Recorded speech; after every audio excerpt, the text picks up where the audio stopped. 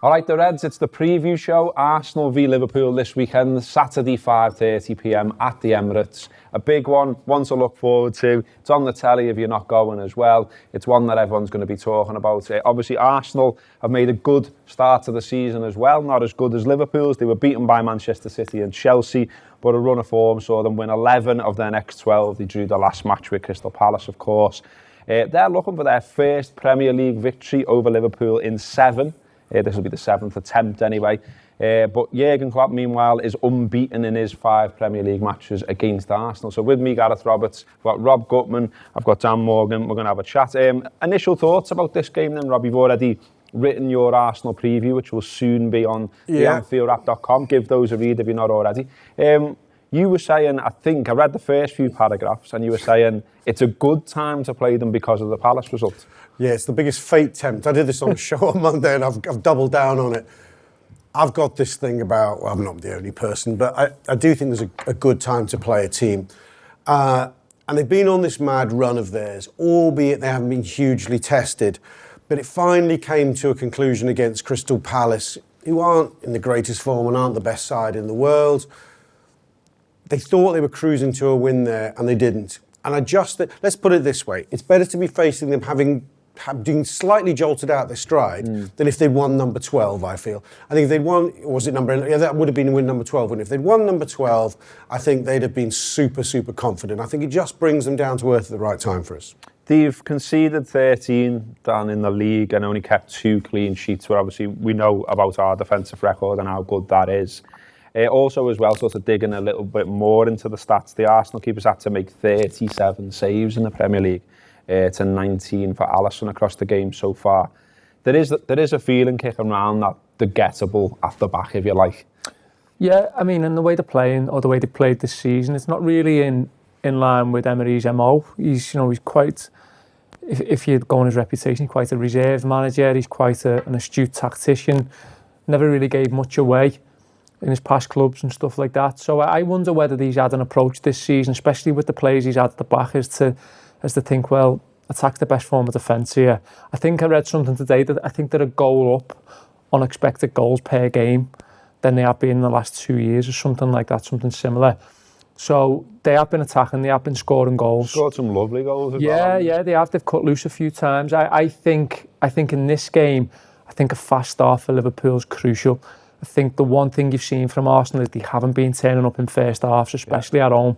If you look at Leicester, you look at Everton, I think if Liverpool turn up anywhere near their capacity and capability and they're on it from the get-go, they could have this out of sight from the first half if they're clinical, and that's providing all things fall into place for us. But it'd be interesting to see what Emery does. Obviously, he's got a few things to think about now in terms of selection and shape, and I agree with Rob, it's a good time to come up against them, I think. Yeah, it's interesting that first half, second half thing. There is a stat here that the Gunners have scored 18 of their 24 league goals this season, 75%. In the second half of matches. Now, who really knows what the reason is for that? But nevertheless, it's a fact that's there. And you kind of feel like Liverpool traditionally, they do try and start fast, don't they, and try and get games won. Yeah, I think it's slightly shifted this season. I don't know what the stats are, but we seem to have... last season, we were starting quickly and at risk of fading, and there were teams that Arsenal classically went... What day was it? Was it just before Christmas last year? They come back at us from 2-0 up. And although we come back into it, we were showing a weakness we had, which was not to finish strongly. I think we've been looking fitter in second halves. The fact that Arsenal are scoring goals in second halves, it shows that they're fit, and that he might be using his bench well. I mean, just to take up Dan's point about the fact that they're strong going forward and weak at the back, well, that's because that's what the Wenger team was, and this is still a Wenger team. It's still Ozil, Aubameyang, Lacazette, Ramsey, that kind of attacking force. And it just goes to show that, but the narrative is different because he's a new manager. If this was a Wenger team that had won a whole stream of matches, people are going, yeah, but we know what happens next. We know how it tails off. Yeah. But because it's a new manager, they think, we don't know what happens next. We won 10, we won 11, we could win another 11. I'm not sure this isn't same old Arsenal, and same old Arsenal is a good team. A good team are always dangerous on their own ground. It's interesting because some of the ex-Arsenal players that are in the media, Ian Wright, Parler, Mason, whatever, I've seen a few of them saying they're worried about this game and worried that maybe Arsenal get shown up a little bit, which I'm a little bit surprised by. But just sort of digging into the results and having a look at those. Obviously, beaten at home by Man City on the opening day 2-0. They went to Chelsea and lost 3-2. They beat West Ham 3-1 at home. They beat Cardiff 3-2 away. Newcastle 2-1 away. Beat Everton at home 2-0. Watford at home 2-0. They beat Fulham 5-1, which is when they scored one of their FIFA-type goals, which was boss, to be fair. Beat Leicester 3-1, and then, last game 2-2 with Crystal Palace. Not low. I mean, the big ones are obviously Chelsea and City, and they lost them. Yeah, exactly. And that will be, if you're an Arsenal fan, something that's sticking in your head. And but it is the first 2 games, so that helps in terms of their mentality, I think. It is. Sort of the beginning. There was because at the beginning there was the thing as well, wasn't there, about the keeper playing football a bit and not being used to it and all that kind of stuff. And it feels like they've settled a bit now in terms of style, doesn't it? It does, but I mean, we've seen ourselves from last year against the top 6. It can very much set in and be a thing, even from the first few games. You know, it can be a prophecy that you just end up believing yourself at the end of the day, and it ends up to your detriment. But I think in games like this, I think where they have a problem is they're not able to flat track. And when they're not able to flat track, the players who nominally don't work as hard as they should, likes of your Ozils, your Mkhitaryan's, anyone you can put really in that 3 in the 4-2-3-1 that they play, I think they're susceptible to not putting it in and not doing what's required in the big games when it matters. Fine going forward, but against a team like Liverpool, if Liverpool can get into their rhythm and start, doing what they've done a lot of the time last season in terms of pressing high, turning them over, getting them transitions high up the pitch. If they do that early on, first 5 or 10 minutes, the muscle memory of Arsenal and Liverpool will kick in, I think, on both. It's going to be a tough game, I agree with Rob. It'll be a really hard game, but I think if we apply ourselves in the first 15 or 20, we could really get at these and get a couple early on. But if you are going down to the Emirates, you can look forward to plenty of leg room and massive seats compared to a lot of grounds, I can tell you that. But to give you a little bit more insight into the Emirates, into Arsenal, into the culture around the club and pubs and places to eat and that kind of thing, we went down there and we spoke to a lovely Arsenal fella called Layth. What a guy he is. Here he is. All right, Red, so we've sneaked into the Arsenal home changing room for this one, which is a little bit different for this segment of the show. And before we came here as well, we went to Highbury, the old Highbury. You can go and have a look, you can walk through the middle of it. You can see where, if you're old enough, Stevie Nicol did that header against Arsenal all those years ago at Highbury. Or if you're a bit younger, you might remember when Gerrard played the ball through to Titi Kamara and he slotted one in on the old pitch there. But we're in the new ground now, we're at the Emirates, and Liverpool are unbeaten in the last 3, 2 draws, a 3-3 last season, which you may remember because, one of our goalkeepers decided not to save shots again. We also had a 4-3 on the opening day of the season before that, when Mane scored an amazing goal for Liverpool that day. So who knows how it's going to turn out this time. They always seem to be entertaining games against Arsenal. They're a proper football club, they're a big football club. We've had lots of ding-dongs either way down the years. Kenny Dalglish famously telling Wenger to piss off, which was one of my favourite little moments. And here we are inside Arsenal talking about that. But what we're going to do is we're going to have a word with Arsenal fan Layth. He's going to tell us where we should be bevying, where we should be eating food, and what else there is to do in and around the stadium, and what he thinks of Liverpool. Yeah, my name's Layth Yousif. Been watching Arsenal for 35 years. Fortunate enough to cover the club as a journalist for the Islington Gazette newspaper. There's been some great matches over the years. Talk about another game at Highbury, the 4-2. That was probably one of my favourite ever games as an Arsenal fan, not just between Arsenal and Liverpool. 9th of April 2004, we'd come off the back of losing against Chelsea in the Champions League quarter-finals when it should have been our year. We'd lost to Man United in the semi-final of the FA Cup. Everyone's going to Arsenal, blowing it in terms of the Invincibles. We were 2-1 down at half-time, and Henry he had an absolute storm in the second half. We won 4-2, and the whole of Highbury was rocking. People said Highbury was the library, and to be fair, it was sometimes. But on days like that, and when you had a decent night match as well, when it meant so much, the noise would roll around the old ground, and it was absolutely fantastic. So yeah, the 4-2 as well. But like I say, there's always goals between Arsenal and Liverpool these days. Obviously the 3-3 last season, which was a bonkers game. The 4-3 a couple of years ago that you won. you guys won. I mean, I was at the 4-0 last season as well, and that was such a long drive back. It wasn't something I particularly enjoyed, but yeah, I've been going to Anfield for 30 years. You know, going back to Dalglish and everything, I've got a lot of respect for Liverpool as a city because they've got a sense of community. They look after their own, they look after each other. Obviously, from what they went through with Hillsborough as well, they fought the establishment to get the truth, and it was the truth what came out basically. I'd been at Sheffield Wednesday in September '88 when Arsenal played up there. There was only like 500 Arsenal fans. I remember walking through that tunnel and thinking, it was the first time I'd been up there as a kid, and I just remember thinking, this ain't safe. And there was 500 there, and the police weren't particularly, without saying anything, they weren't particularly good on that day either. So I've got a lot of respect for Liverpool on so many reasons, for so many levels basically. And obviously for the fact that Dalglish went to all those poor people's funerals, the club stuck behind everyone, the whole city rallied against lies basically. So fair play to Liverpool. I'll always have that respect for them, and good luck to them.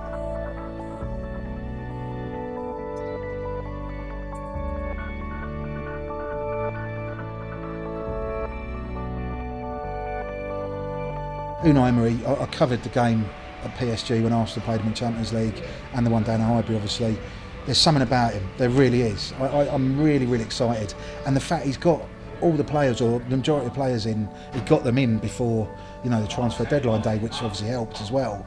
And I'm just really excited about going forward this season basically. Obviously playing you in November and stuff, and that's going to be a decent game, and I'm really, really excited, and I think he can bring change to Arsenal, and he's united a lot of Arsenal fans. Obviously social media where you can say what you want and there's loads of numpties and all the rest of it, but there was a real big split towards the end of the season where you had the AKBs, which Arsenal knows best, and the WOBs, which is Wenger Out Brigade, and probably 80-90% of them were Wenger Out Brigade by the end, because it was just people had enough of him. And now everyone is happy on Twitter. It's just, I don't know if it means that much, but it's just like everyone's smiling away, it's like, what's all that about? For the last 10 years everyone's been moaning, so yeah, he had to go for lots of reasons, but he will always be a legend at Arsenal. He'll always have respect from me and hopefully a lot of other people, and there'll be a statue outside the ground in a couple of years' time, and deservedly so, but I think a lot of people are excited about Emery now.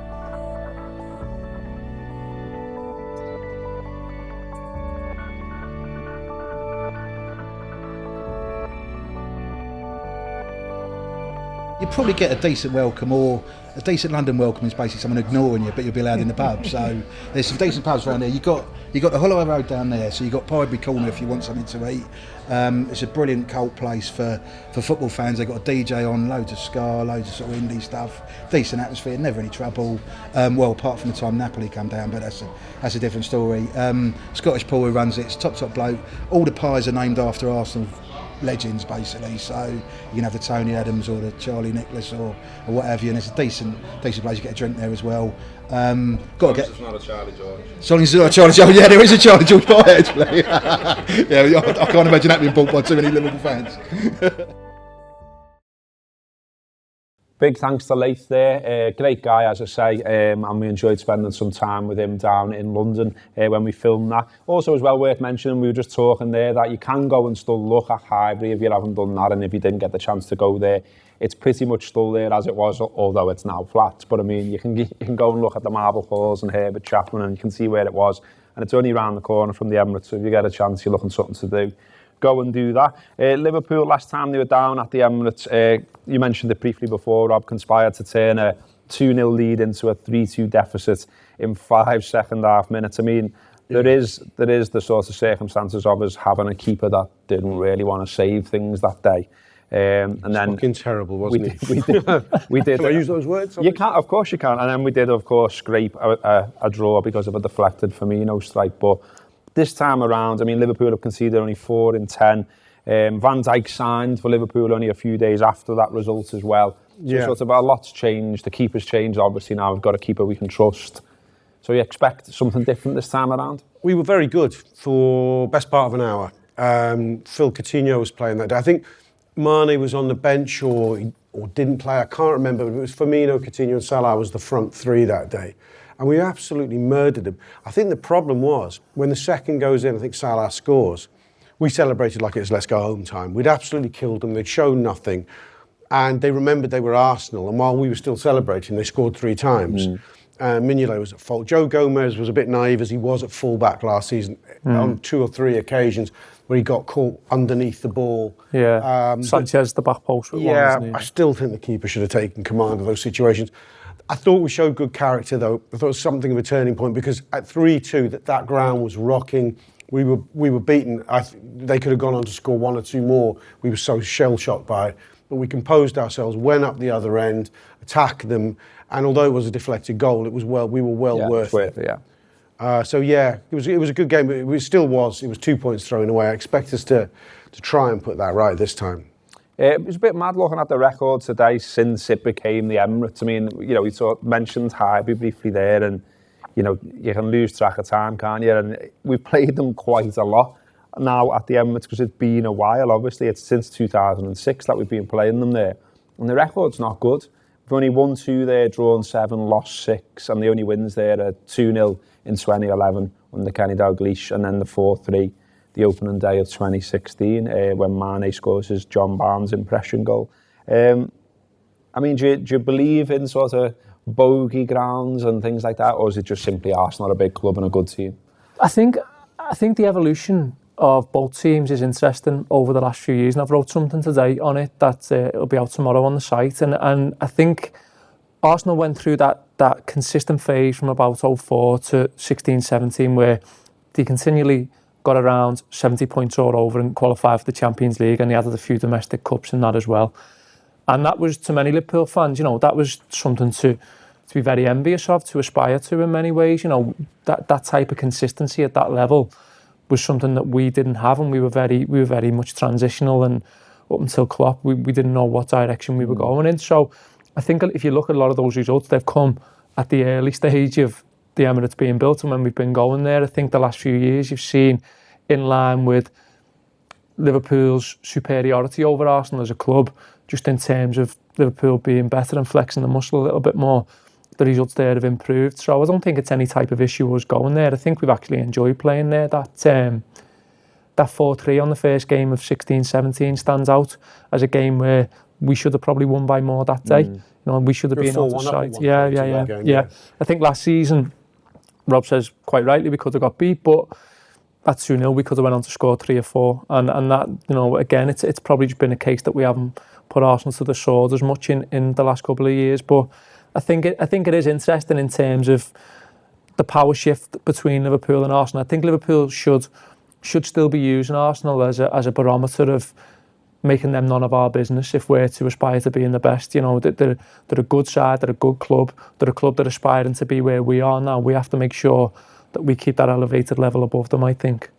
I would say Liverpool probably in that time period you're talking about have only finished above Arsenal 3 times, and 2 of them have been in the last 2 seasons, haven't they? Yeah, that's why 16-17 felt big for me in that sense, just between the 2 clubs. It was quite a transitional shift, I thought. So the series of results which don't look impressive on paper are for the reason that they were better than us. Exactly, yeah. You go from Klopp's reign onwards, we've caught them up, we've been better than them, we've beaten them the once, and we're very close to beating them the second time.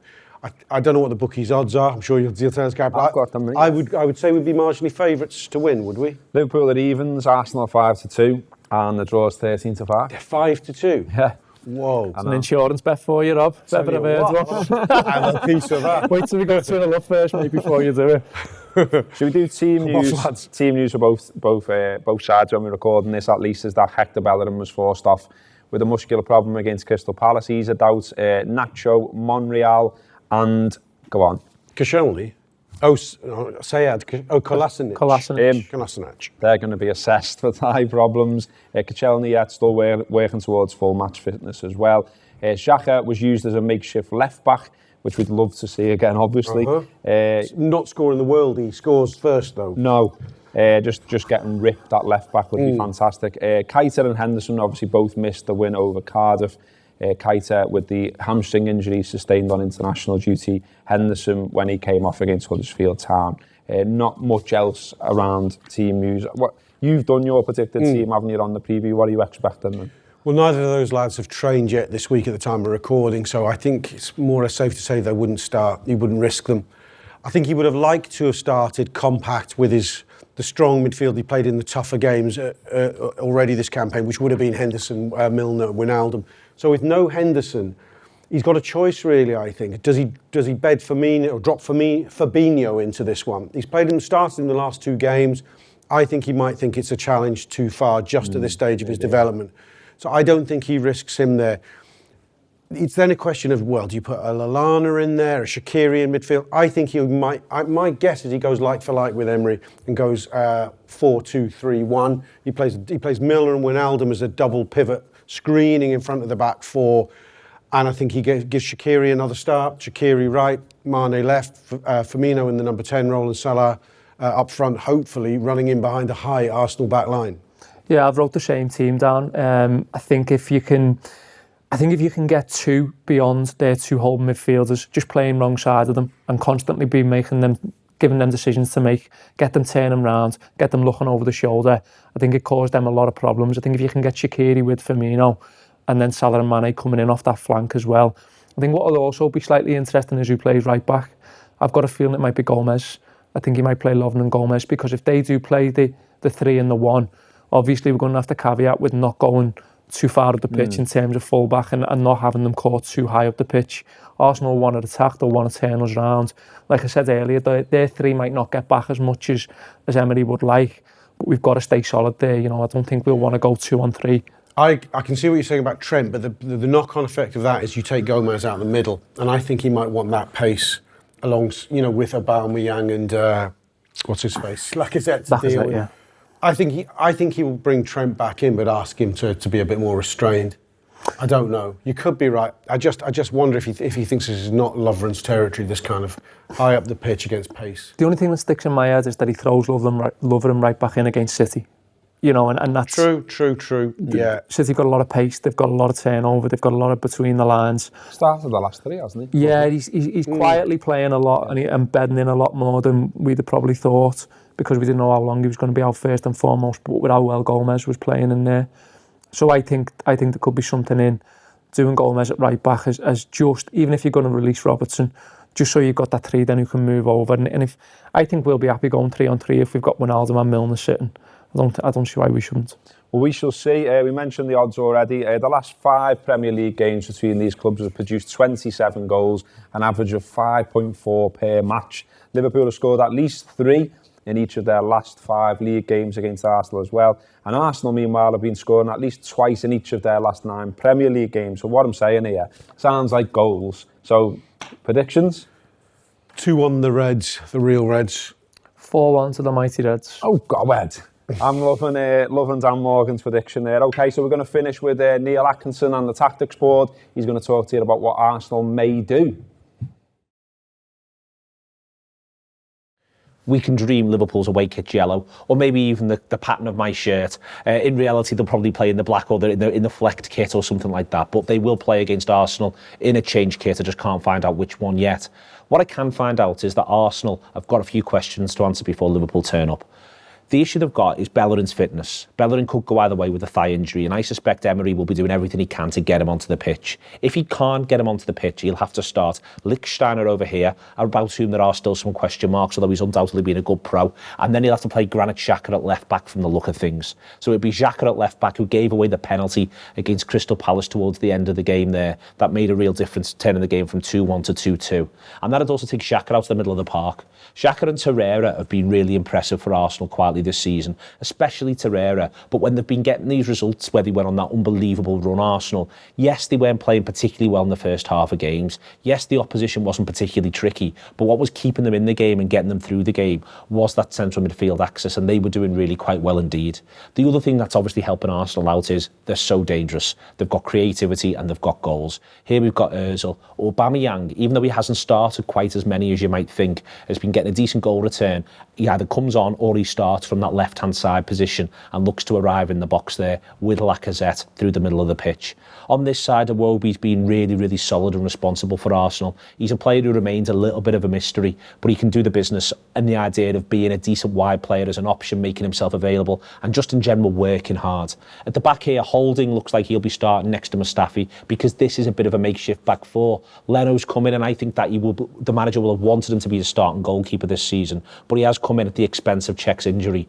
My point is that Arsenal, despite the run, despite the goals, they are a little bit rickety. The flip side of those despites is they have goals. They know they can stick the ball in the back of the net. And that means that if you're holding, you can relax a little bit. That means that if you're Torreira, you can relax a little bit. And it means if you're Ozil, you're coming into the games thinking, I can have some of this. Liverpool will want to put them on the back foot. Liverpool, I think this is possibly the game where Liverpool's intensity is the most important aspect as to how the Reds approach it. Whether or not they go with the 4-3-3, as I've lined my lovely yellow lads up here, or if they go with the 4-3-2-1 that we might expect them to do, or something like that. We don't know yet, and I think that there's an argument to go for either. There's an argument to be really front foot and match Arsenal up and look to still be as aggressive as we see with the 4-3-3. I suspect that might come down to whether or not Henderson's fit for Liverpool. But the thing about Arsenal is, Liverpool supporters should never think, maybe not even at something like 2-0 or 3-0, that Arsenal are out of this game at the weekend. They've shown time and again that Emery is prepared to change it at half-time, as he did in the Europa League final where the Sevilla side beat us. He'll make half-time changes, he'll make changes on 55, changes on 65. He will have armoury from the bench in order to be able to hurt Liverpool, and he will back himself to be able to find a way through anything that Jurgen Klopp does. For Liverpool, the most important thing will be the cliched thing of the thing you say of every football match. Liverpool have got to score when they're on top, and if Liverpool stay on top, they have to keep scoring, because Arsenal will do that given the opportunity.